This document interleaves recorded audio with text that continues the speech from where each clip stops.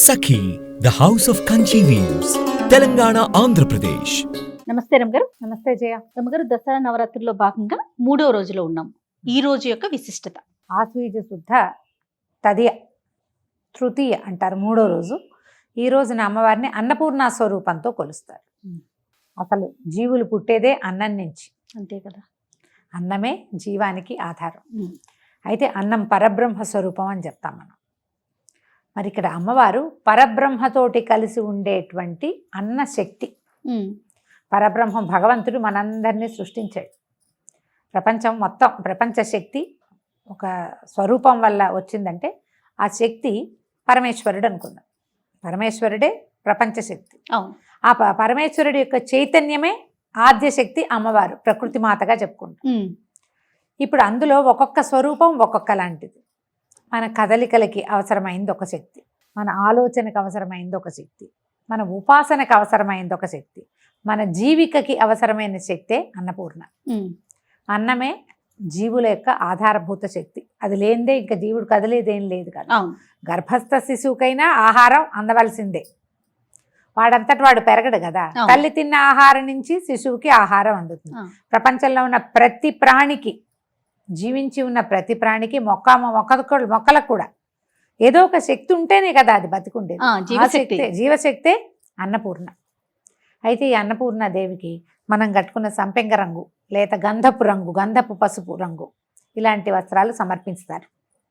ఈ రోజున అమ్మవారిని ఒక గరిట పుచ్చుకుని కూర్చుని ఉన్నటువంటి స్వరూపంలో చూపిస్తారు.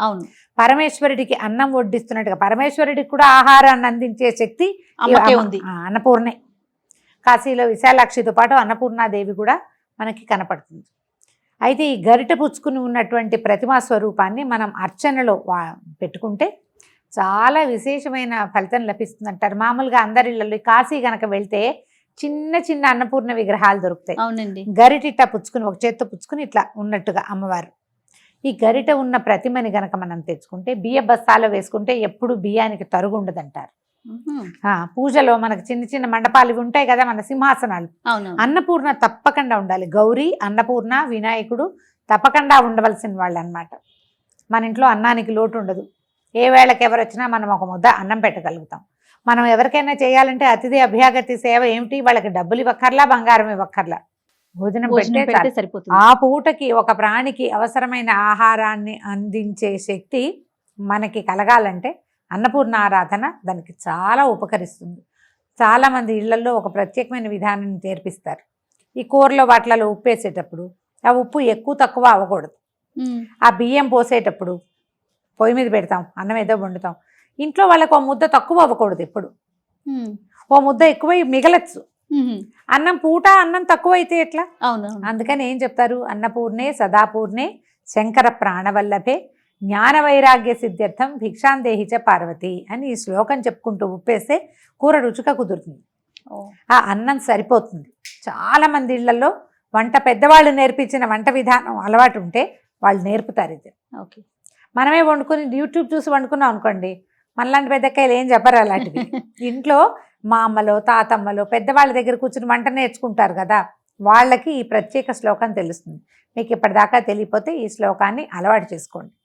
మనం వేసే ఉప్పు తినేవాడి రుచికి సరిపడా ఉంటుంది. కూర మిగలదు, వృధా కాదు, అలాగని తక్కువ అవ్వదు. అందుకు దానికి ఆధారభూతమైన శక్తి అన్నపూర్ణాదేవి. ఈమెకి లేత రంగు వస్త్రాలు ధరింపజేస్తారు. తర్వాత కొబ్బరన్నం ఒకచోట, తర్వాత పెరుగన్నం ఒకచోట, అల్లపు గారెలు ఒకచోట ఇట్లా నివేదన చేస్తారు. అమ్మవారు కమ్మని ఆహారాన్ని అందిస్తుంది కాబట్టి ఎక్కువ కారం లేని పదార్థాలని అమ్మవారికి అన్నపూర్ణాదేవి నైవేద్యం పెడతారు. అన్నపూర్ణ వ్యాసుడికే వరం ఇచ్చిన తల్లిగా చెప్తారు. ఒకసారి వ్యాసుడట చాలా మంది శిష్యులతోటి కాశీనగరానికి చేరుకున్నాడు. ఆయనకి భిక్ష లభించలే. ఈయన వ్యాసుడు కానీ అప్పట్లో ఋషులు మునులు వీళ్ళంతా శిష్యులతో వాళ్ళతో వెళ్తే భిక్షాటన చేసేవారు. అదే భిక్ష తీసుకోవటం చాలా సహజమైన విషయంగా ఉండేది. కాశీనగరం అంతా భిక్ష లభించేది. అయితే విఘ్నేశ్వరుడు వ్యాస భగవాను పరీక్షించడం కోసం ఆహారం దొరకనివ్వలేదట. మిట్ట మధ్యాహ్నం దాటిపోయేసరికి, అపరాహ్నం దాటితే ఆకలితో భగభగలాడిపోదు. మధ్యాహ్నం ఏదాకా తినకుండా ఉంటే ఆయన పిచ్చి కోపంతో కాశీనగరాన్నే శపించటానికి పూనుకున్నాడట. వ్యాసుడు. ఆ, ఆ, ఆహారం అందకపోతే ప్రాణులు ఏమవుతారమ్మా? అదే కదా విలవెల్లాడిపోతాం. కృష్ణద్వైపాయనుడు ఇన్ని అష్టాదశ పురాణాలు రాసినవాడు, ఉమ్, భగవంతుని యొక్క అంశావతారంగా చెప్పుకుంటాం మనం. విష్ణుమూర్తి అంశంలో వ్యాసుడు కూడా ఒకటి కదా, ఒక అంశాన్ని చెప్పుకుంటాం మనం. అవునండి. అలాంటి వాడే ఆకలి మంటని అణుచుకోలేకపోయాడు. జీవుడికి ఎంత అవసరం, మరి ఆహారం చాలా అవసరం కదా. అప్పుడు ఆ అన్నపూర్ణదేవట ఒక పెద్ద ముత్తైదు రూపంలో కనపడి ఆయన్ని శపిస్తున్నటువంటి వ్యాసుని, కాశీలో అన్నం పుట్టదు ఇంకా అని శపించాడట. ఈ కాశీకే అన్నం పుట్టదు, కాశీ నాశనం అయిపోతుందని తీసాడు, నోటితోటి అన్నాడు. ఈ జలం తీసేసరికి ఆవిడ వచ్చి చేయి పట్టుకున్నా, ఇంత పని చేయకూడదు. ఆ, అన్నపూర్ణాదేవి. ఆవిడ వచ్చి పెద్ద ముత్తైదు రూపంలో వచ్చి అదే ఆపి ఆయనకి భోజనం పెట్టి ఆయన్ని శాంతపరిచి, నువ్వు ఇలా శపించబోయావు కాబట్టి నువ్వు రోజు కాశీవాసం నీకు లేదు, ఇంకా వారానికి ఒకరోజే వస్తాడు ఆయన. అలాగని కథ చెప్తారు. ఈ వ్యాసుడికే స్వస్వరూపంతో కనపడి అన్నం పెట్టింది ఆవిడ. ఆమెని ఈ రోజున తలుచుకుంటాం మనం నయానా భయానా చెప్పటం అంటారు. ఎప్పుడైనా వింటాం కదా, భయాన్ని చెప్పడం, కోప్పడతాం. కోప్పడేది ఎప్పుడు వస్తుంది? ముందు బాగా చెప్పాక అప్పుడు ఆ నయాన చెప్పటం ఏంటంటే, అన్నం పెట్టి మంచి మాట చెప్పు. ఇప్పుడు ఎవరికైనా ఒక మంచి మాట చెప్పాలి, వాడి మాట వినడు. పక్కన కూర్చొని అన్నం పెట్టి ఏదైనా తినడానికి ఇచ్చి, కాస్త కాఫీ ఇచ్చి, మంచినీళ్ళు ఇచ్చి, వాళ్ళని శాంతపరిచి ఒక మాట చెప్తే ఈ పెట్టిన చెయ్యి మహాత్యం వల్ల అవతల వాళ్ళు లొంగుతారు. అదే కదా మన లెక్క. అవును చూడు, మనం మొదట అవతారం ఏం చెప్పాం? బాలా త్రిపుర సుందరి చిన్నపిల్లగా కనపడింది. తర్వాత పంచముఖిగా శాంత స్వరూపంతో నన్ను ఉపాసించు, నీకు వరం ఇస్తానని చెప్పింది. మూడోది అన్నం పెట్టి చెప్తోంది. మూడో స్వరూపంలో భోజనం పెట్టి, నాయనా హాయిగా తిను, కడుపు నిండా ఎందుకు వచ్చిన గొడవ, సర్దుకుని ఉండమని చెప్పడానికి ప్రయత్నం చేసింది. అప్పుడు కూడా వాళ్ళు వినలేదు రాక్షసులు. ఆ లెక్కకి ఇప్పుడు చూడు, మూడో స్వరూపం మనం అన్నపూర్ణ స్వరూపాన్ని కొలుస్తాం. ఈ అన్నపూర్ణాదేవికి అన్నపూర్ణాష్టకం చదువుకోవచ్చు.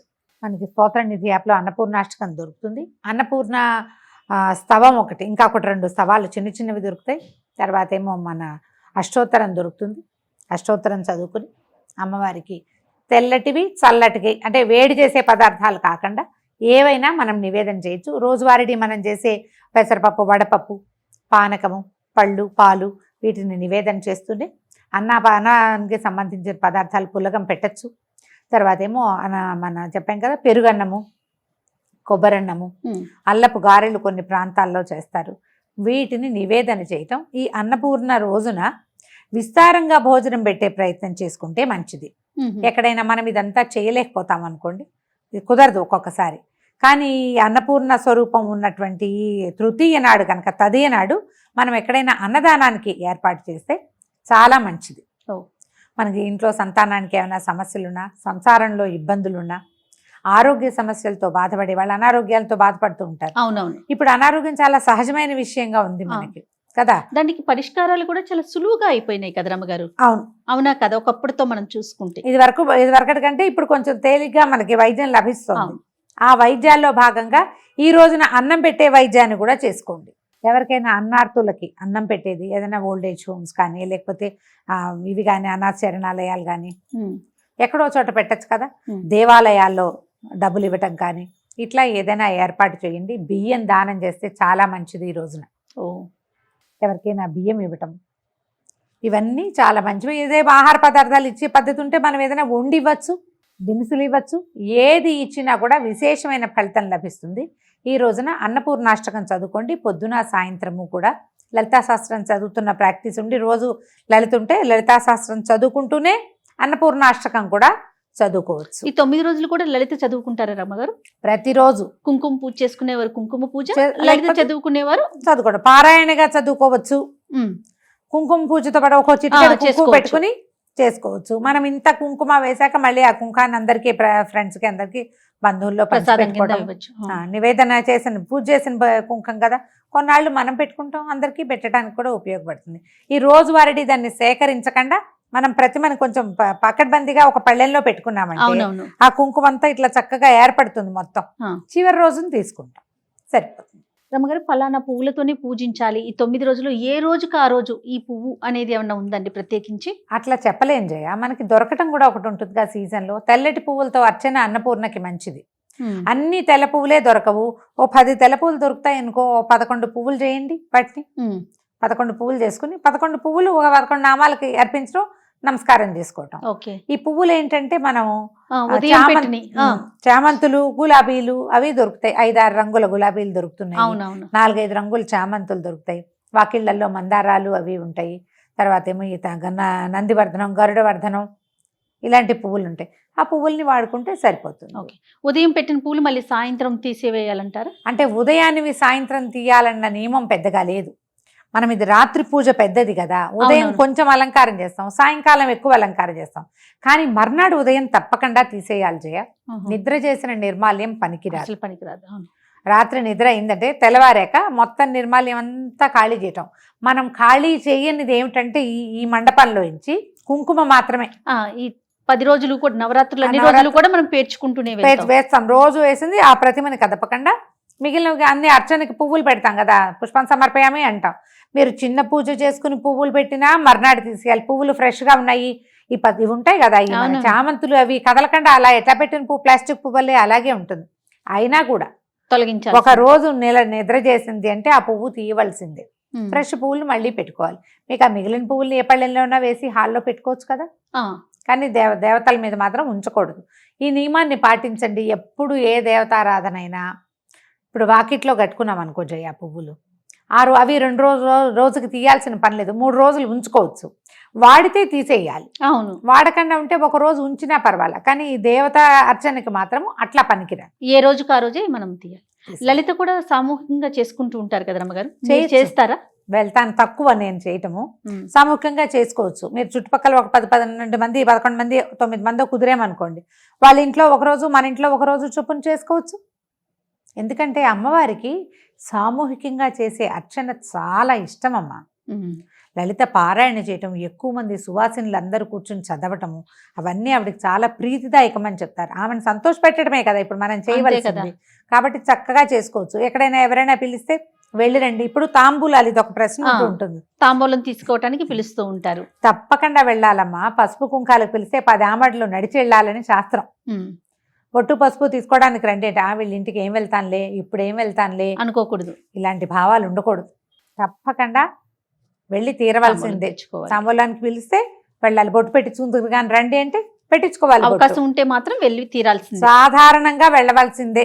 నీకేదో విపత్కర పరిస్థితులు, ఏ కాలో బెణికింది, ఏ చెయ్యో ఇదైంది, వెళ్ళలేని దుష్కరమైన పరిస్థితి వస్తే మానండి, కానీ ఏం వెళ్తానులే అని మాత్రం మానద్దు. ఈ రోజుల్లో అస్సలు మానకూడదు. మన ఇంటికి ఎవరన్నా వచ్చినా తాంబూలం ఇవ్వాలి, మనల్ని ఎవరు పిలిచినా కూడా మనం వెళ్ళి తాంబూలం తెచ్చుకోవాలి. వాళ్ళ ఇంట్లో ఏదో అష్టోత్తరం చేస్తున్నారు, అంత సమయం లేదండి, నేను మా ఇంట్లో కూడా పూజ ఉంది అంటే వెళ్ళి కనపడి బొట్టు తీసుకుని రండి. కానీ ప్రతి పండుగ కూడా ఒక రోజు మాట్లాడుకుంటాం, 2 రోజులు 3 రోజులు. శరన్నవరాత్రులు మాత్రం 10 రోజులు మాట్లాడుకునే పండుగ కదా రమ్మగారు. సంతోషం రమ్మగారు, నమస్తే. నమస్తే జయ. Anchors Jewelry courtesy by Mukunda Jewelries.